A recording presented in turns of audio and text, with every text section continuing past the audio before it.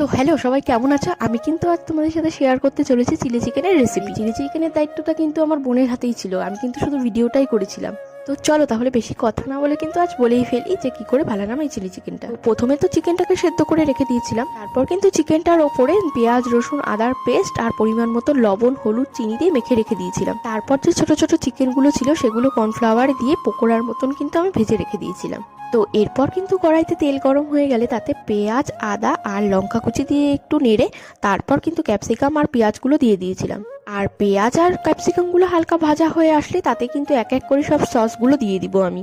প্রথমে দিয়েছিলাম chilli sauce, soya sauce, এরপর কিন্তু আমি টমেটো সস দিয়ে পরিমাণ মতন জল দিয়ে নেড়ে নিয়েছিলাম। এরপর কিন্তু ভেজে রাখা যে চিকেনগুলো ছিল সেগুলো কিন্তু আমি দিয়ে দেবো, দিয়ে 2-3 মিনিট কিন্তু হতে দেবো। এরপরেই কিন্তু তৈরি আমাদের চিলি চিকেন। তো এটা যেহেতু আমরা রুটি দিয়ে খেয়েছিলাম তার জন্য একটু গ্রেভি রেখে দিয়েছিলাম। আর তোমাদের এই রেসিপিটা কেমন লাগলো তোমরা কিন্তু অবশ্যই কমেন্ট করে জানিও, আর ভিডিওটি ভালো লাগলে অবশ্যই লাইক